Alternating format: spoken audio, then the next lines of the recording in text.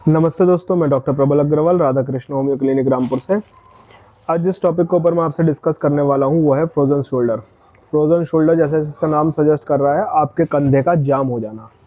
जब आपका कंधा जाम हो जाता है तो आपको कई परेशानी होती है, कई दिक्कतें होती हैं। आपका कंधा ऊपर तक नहीं उठ पाता है, आपके कंधे को आपको पेन रहता है, आपको स्टिफनेस रहती है, ऐसा लगता है वहाँ पे किसी ने जकड़ लिया है, आपके कंधे को किसी ने टाइट करके पकड़ लिया है, जिसकी वजह से आप उसका मूवमेंट नहीं कर पा रहे हैं। जो हमारे कंधे के कनेक्टिव टिश्यू होते हैं, जब इसके अंदर इन्फ्लामेशन हो जाती है, स्वेलिंग हो जाती है, या फिर वहाँ पे थिनिंग हो जाता है, थिकनिंग हो जाती है या टाइटनेस हो जाती है हमारे कनेक्टिव टिश्यू की, तब हमारे को ये परेशानी आती है। क्या कारण रहते हैं इसके?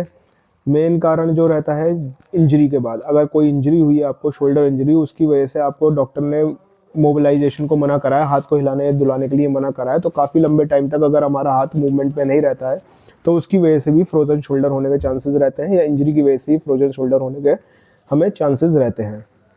दूसरा, कुछ डिजीज़ ऐसी होती है जिसके अंदर हमें फ्रोजन शोल्डर होने के चांसेस होते हैं, जैसे कि डायबिटीज़ या थायराइड, क्योंकि इसके अंदर हमारा डायबिटीज़ के अंदर जो है पेशेंट की जो फास्टिंग होती है मसल्स की ज़्यादा होने लगती है, ज़्यादा जल्दी पेशेंट दुबला होने लगता है किसी को डायबिटीज़ होती है तो, या फिर थायराइड की वजह से, क्योंकि उसमें कैल्शियम का एब्जॉर्प्शन नहीं हो पाता है, तो उसकी वजह से भी हमें ये फ्रोजन शोल्डर की परेशानी देखने को मिलती है। क्या सिम्टम्स होते हैं इसके? सिम्टम्स जो होते हैं ये ग्रेजुअली ऑनसेट होता है, मतलब कि हल्के हल्के करके आपको सिम्टम्स बढ़ेंगे, यानी कि पहले आपको पेन आएगा, स्टिफनेस कम रहेगी, कुछ टाइम तक आपको शोल्डर में पेन रहेगा, उसके बाद हल्के हल्के करके आपको स्टिफनेस बढ़नी शुरू होगी। शोल्डर पेन के अंदर आपको जब होगा तो आपका हाथ का जो मूवमेंट है वो रुक जाएगा, आप ज़्यादा ऊपर नहीं ले जा पाएंगे, इसको पीछे नहीं ले जा पाएंगे, हाथ को ऊपर नहीं ले जा पाएंगे, जब आपको शोल्डर पेन हो जाएगा। 3 स्टेजेस में ये होता है। पहली होती है फ्रीजिंग स्टेज, जिसके अंदर आपको पेन ज़्यादा रहता है और स्टिफनेस कम रहती है। ये 2 से 3 महीने तक चलती है। अगर हम इस पर ध्यान नहीं देते हैं तो हमारा ये चीज़ बढ़ने लगती है।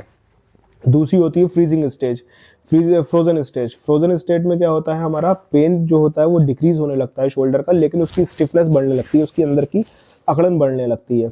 फिर आता है हमारा थॉइंग स्टेज। थॉइंग स्टेज के अंदर क्या होता है, हमारा स्टिफनेस भी हल्के हल्के कम होने लगती है और हाथ के अंदर मोबिलिटी आने लगती है। लेकिन ये सब प्रोसीजर जो होता है ये कम से कम साल से 2 साल तक का होता है, जब ये स्टार्ट होता है और जब तक इसके अंदर रिलीफ आता है। इसके अंदर अगर आपको पेन रहता है शोल्डर में तो उसके लिए आप अपने डॉक्टर से मिलें, कंफर्म करें कि ये शोल्डर पेन ही है या फिर फ्रोजन शोल्डर है। तो इसके लिए आपको अपने डॉक्टर से मिलकर पता करना पड़ेगा, और अगर आपको ये 2-3 महीने से है तो आप खुद भी अंदाज़ा लगा सकते हैं कि पहले पेन ज़्यादा था, अब पेन कम हो गया है लेकिन स्टिफनेस बढ़ गई है, तो आप इसका मतलब फ्रोजन शोल्डर की तरफ आपकी जो कंडीशन है वो जा रही है। क्या करना चाहिए जब आपको फ्रोजन शोल्डर होता है? एक तो कुछ एक्सरसाइज हैं जो आपको हल्के हल्के अपने रोजाना दिनचर्या में करनी चाहिए, 1 से 2 मिनट सुबह शाम रोजाना। एक तो होती है हमारी फिंगर वॉक, जो हम वॉल के ऊपर करते हैं, इस तरह से जो हाथ हमारा फ्रोजन होता है, जहाँ तक हमारा हाथ ऊपर तक जा रहा है वहाँ तक हम अपनी उंगली को दीवार पर चला के लेके जाए, जिससे कि हल्के हल्के हमारा जॉइंट जो है वो खुलना शुरू हो। थोड़ा मोबिलिटी आपको देनी पड़ेगी मेडिसिन के साथ साथ। दूसरी एक्सरसाइज होती है, हम वॉल के ऊपर सर्किल बनाएं, अपना हाथ स्ट्रेट रख के हाथ उंगली से गोला बनाने की कोशिश करें, हल्के हल्के करके गोले को आकार को बढ़ाते रहें। जैसे जैसे आपका आकार बढ़ता रहेगा आपका हाथ का मूवमेंट खुलता रहेगा। दूसरा एक होती है टॉवल स्ट्रेच एक्सरसाइज। अपने टॉवल पकड़ें, जिस हाथ में पेन है उस हाथ को ऊपर रखें और दूसरे हाथ से उसको खींचें हल्के से ऊपर नीचे से, तो जिससे कि आपकी जो ये स्टिफनेस है वो कम हो और इस शोल्डर के अंदर आपको स्ट्रेंथ मिले। क्या नहीं करना चाहिए अगर आपको शोल्डर पेन है या शोल्डर स्टिफनेस है, तो उसके लिए आपको कोई हैवी लोड नहीं उठाना चाहिए, कोई भी भारी सामान नहीं खींचना चाहिए। एक्सरसाइज जो है वो लाइट करनी चाहिए, हैवी एक्सरसाइज नहीं करनी चाहिए, जिसकी वजह से जॉइंट में आपके इन्फ्लेमेशन ना बढ़े। आपका जो जॉइंट की इन्फ्लेमेशन अगर वो बढ़ेगी तो स्टिफनेस और पेन दोनों बढ़ेंगे। इसका पेन मोस्टली नाइट नाइट में ज़्यादा होता है, और जो स्टेजेस मैंने बताई हैं उस स्टेजेस के हिसाब से ही इंक्रीज और डिक्रीज होता है। कुछ मेडिसिन होम्योपैथी में बहुत अच्छा काम करती हैं शोल्डर फ्रोजन के लिए, जैसे कि रस्टॉक्स हो गई आपकी ये, और फेरममेट हो गई। ये दवाई जो है आप अपने डॉक्टर की सलाह से लें, डॉक्टर को दिखा के लें। अपने आप अगर आपने ये मेडिसिन लेनी है तो इनकी 2-2 बूंद सुबह शाम कम से कम 15 दिन तक ले सकते हैं। अगर आपको 15 दिन लेने के बाद फेरममेट और रस्टॉक्स को आराम ना मिले तो आप अपने नज़दीकी डॉक्टर के पास जाके संपर्क करें, उससे बताएं कि मैं ये दवाई ले रहा था, अगर कोई चेंज करने की चीज़ है तो उसको चेंज करेंगे। बाकी जिधर की साइड आपके शोल्डर में पेन रहता है उस करवट से ना सोएं।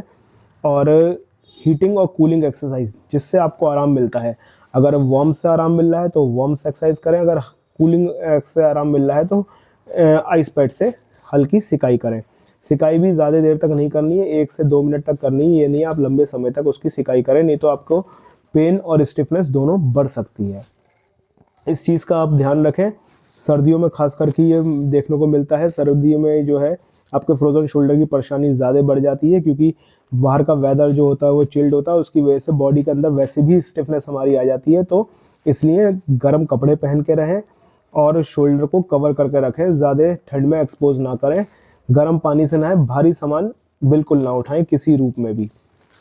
अगर आपको मेरी दी गई जानकारी अच्छी लगी और आप मेरी दी गई जानकारी से संतुष्ट हैं तो प्लीज़ मेरे चैनल को लाइक करें, शेयर करें, सब्सक्राइब करें। धन्यवाद।